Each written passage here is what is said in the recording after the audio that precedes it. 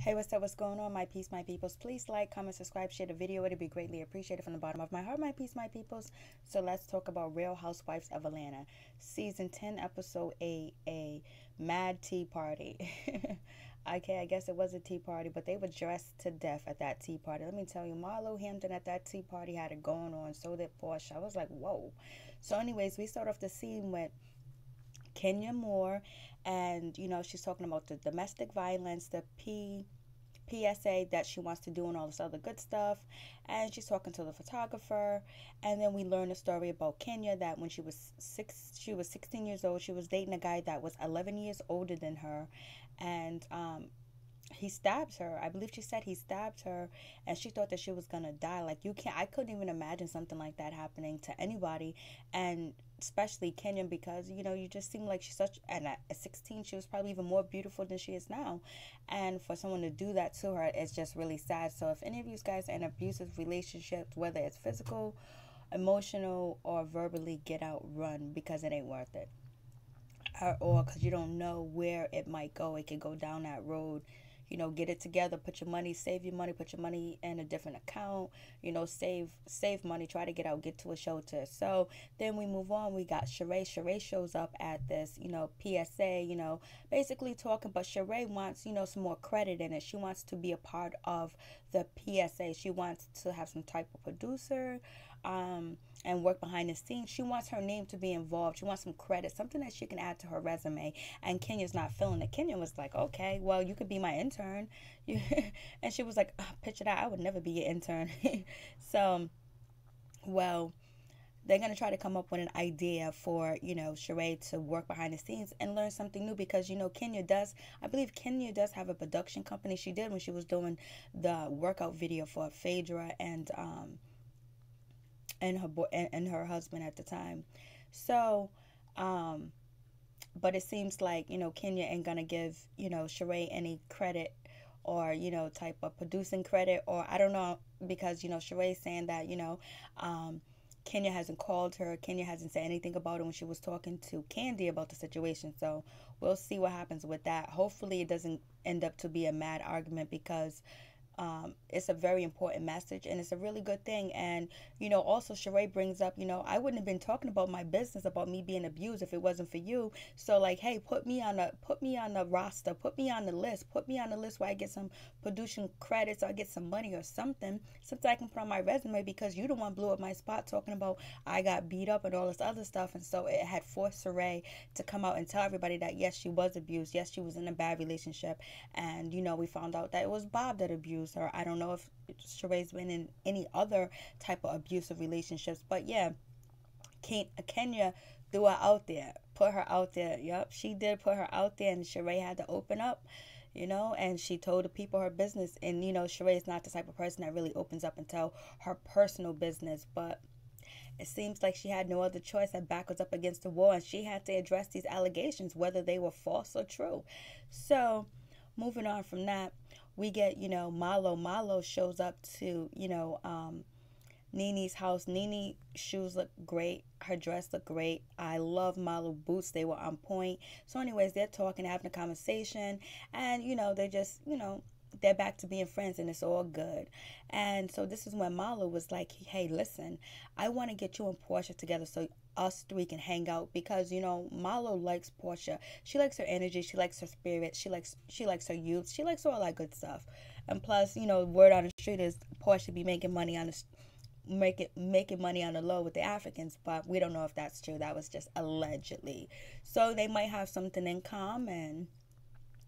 And so, she's convincing Nene to, have tea at Marlo's house. And Nene was like, I ain't never been in your house. You never invite anybody to your house. You never have any guests. And all of a sudden you want to do this. Yes, you need camera time. You know what I'm saying? And she has to show off her extravagant living. That's what Marlo has to do. She's trying to get on, baby. She's been going in and out of these, Real Housewife shows, and she never really got a scene of herself, of her own, and she's about to get this. And Nene was like, you know what, I'm gonna throw you a bone and I'll come so they can shoot at your house. So anyways, Nene's going to agree to come. And she's also going to invite Cynthia, so Cynthia can be there as well to be a buffer and to be the calmness in the room. Well, it seems like they should have got shit together, right? Like they should have.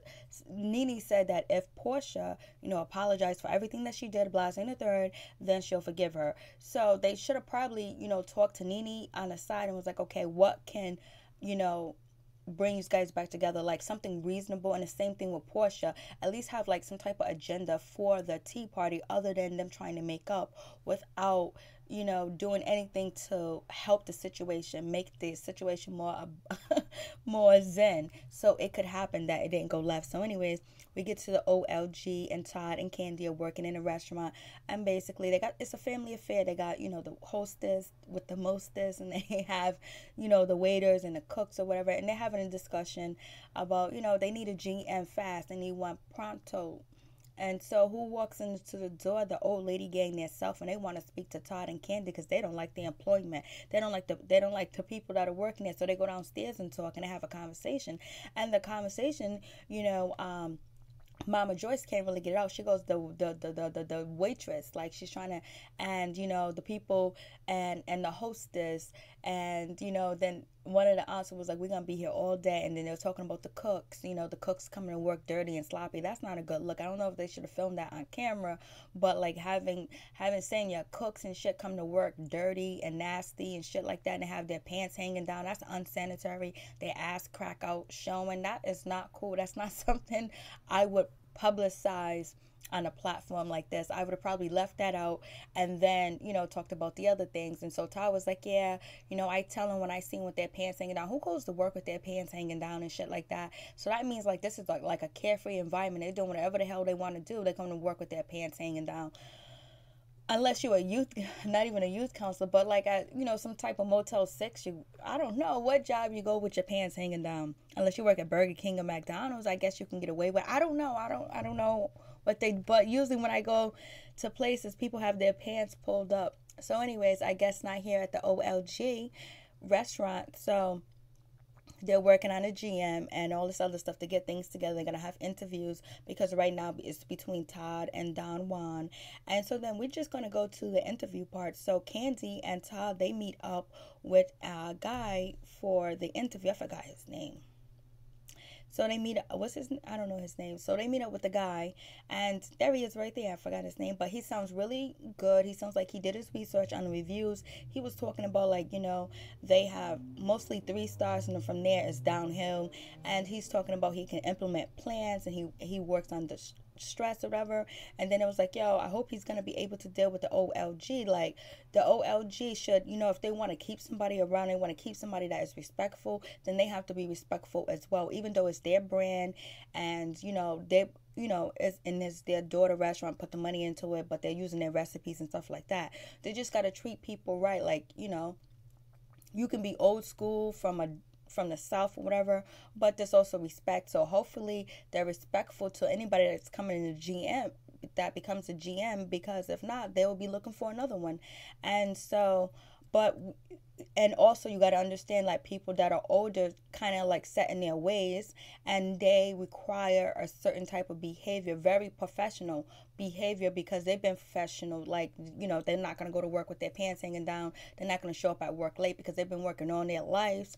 And, they work in the restaurant industry for many, many years. So you understand the type of professionalism that they want, but they also have to treat somebody with respect. So anyways, the guy comes in, and Don Juan was like, I just hope he's going to be able to deal with the old lady gangs, or deal with your mother when she comes in and she's on one.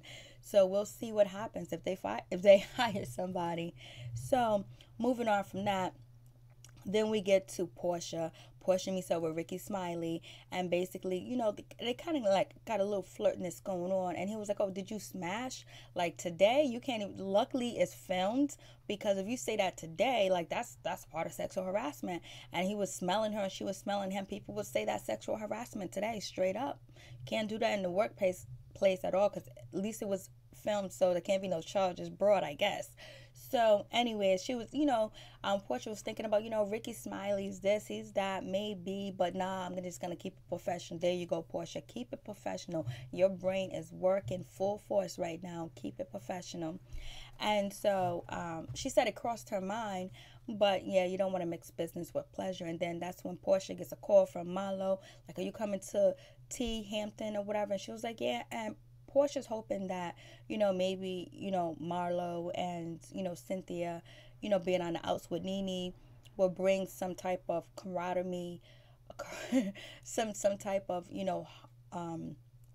harmony to the meeting that they're going to have. But she's wrong. That's not going to happen. So anyways, we move on. And so we get Candy and Sheree. So Candy goes to Sheree's house. You see that long ass ponytail Candy had? That was like 10 bundles on the back of Candy's head. Sheree had about 3 bundles. But I did like the ponytail look, So anyways, they're having a conversation. They're talking about, a book. And they're talking about, things like that. And so, but Candy throws up like, I was, I don't know why you were so open about your new boo, but, Nene told us that he ain't nothing but a con artist. And so then that's when Sheree was like, a con artist? We can go down the list of things that people has done and their track record, what they have done in the past. And don't Greg and Nene got mugshots out there, and Candy was like, Candy ain't doing nothing but spreading rumors. Stop. Well, it ain't a rumor, it's the truth. That's what Nene said. And so, Sheree's going to handle that next week. We'll see that next week. And so that was basically it with their conversation. But also, that's when, Sheree was just like, I haven't heard from Kenya because, Candy also asked, Sheree, like, so what is your part in it? Do you have a part with this PSA, or are you like, what is your role in it? Because she know that they're supposed to be working together. And Sheree was like, I don't know. I haven't talked to her. I haven't heard jack squiddy squat from her, period, point blank. I don't know what's going on. I want something to do with it, because Sheree was like, if there's going to be some checks involved, or whatever, like, I want some of that. But also it's important to Sheree as well because she was abused. So we're done with that conversation. And then and so and also, Candy was asked, Sheree, when is he getting out of jail? And she was like, I hope soon, like maybe a year, whatever. And she was like, so is he coming here? Sheree was like, no, he ain't coming here. Like, she was like, I ain't no fool. And then Candy was like, I'm glad you ain't no fool, because we too old to be fools now. Like, we ain't getting played. We ain't setting it up. So, I think Candy's okay about hearing that Sheree's not going to let him come live in her house, because that was one of Sheree's main concerns. Like, when it was in San Francisco, like, I hope he don't try to take our house from her. And then that's when Kenya jumped in and was like, it ain't in her name, so he can't take it. It's like shade. And so moving on from that, so we get to, Marlo's house and everything. Everybody shows up. Nene's is late or whatever. Marlo absolutely looks stunning in her outfit. Her boobs was popping out. Cynthia's boobs popped out. Cynthia was like, call me 10 cents or whatever. And, Nene looked alright. And, Portia looked nice or whatever. So basically there was no type of, the meeting wasn't set up right. They should have had like a mediator. They should have at least said, okay, instead of hashing out the past, but actually say, what can we do to make this friendship come together? Okay, where do we go from here? Or could we just both apologize and see if we can move forward and have a clean slate, something? But, Portia started off with like, I supported you. I tweeted at Instagram when you was on Dancing with the Stars, when you was doing this, you was doing that. And then that's when Nene jumped in and was like, that's not what you call a friend. She was like, I helped you with this. So Nene feels like she helped, Portia with her marriage when she was going through divorce, when she was about to get kicked off the show. And then once like she helped her, and everything was all good, she still kept her job, and that Portia forgot about her. And Portia was like, you only called me twice. And Nene was like, I called you more times. It takes you a week to get back to me. So at that point,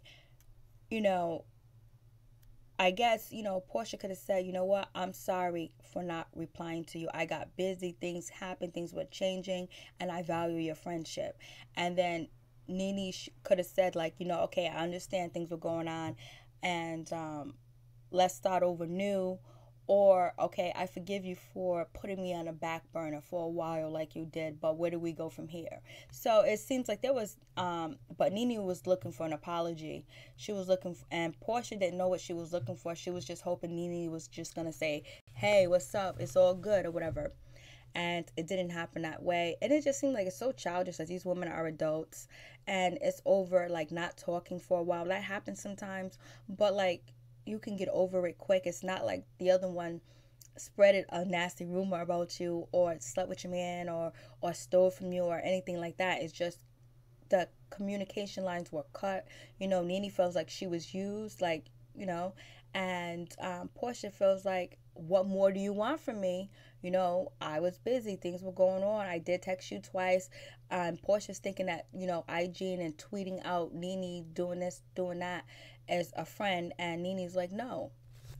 So they don't go nowhere. And so that's when Marlo was like, these guys are some terrible guests. I invite you back to my house. But it seems like, maybe Marlo could have jumped in and was like, this is how me and you worked it out, Nene, and can you find forgiveness?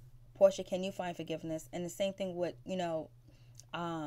Cynthia was like, yeah, try to tell their story and how they made back together, and like, you guys can get over this. You can triumph over this little one situation. So anyways, it doesn't go anywhere. It goes downhill. And so then we move on to, we hear Marlo tells us that she was also in an abusive relationship or whatever, and she was hit in the face.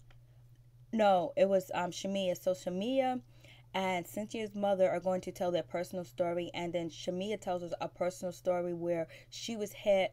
She was dating somebody, I think it happened 10 years ago. She was dating somebody who's older than her, and she was married to him.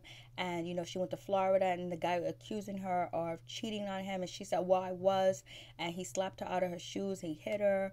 And, she was very emotional about it. And you would think again, like, oh my God, I can't believe you, where they are today. You wouldn't believe that they've been in an abusive relationship. So that just lets you know that sometimes people don't know your past, know what you've been through, and know what you conquered, what you overcome. So if you see these women overcoming this situation that happened years ago, if you're out there and you're being abused, you can overcome the situation as well.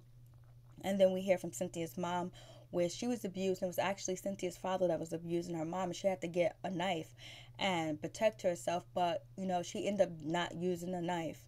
And we hear about Nene being in a bad relationship too, and she had a kid with this guy, and she was in an abusive relationship, and I guess that's when she had her oldest son with him, and then after that she met Greg.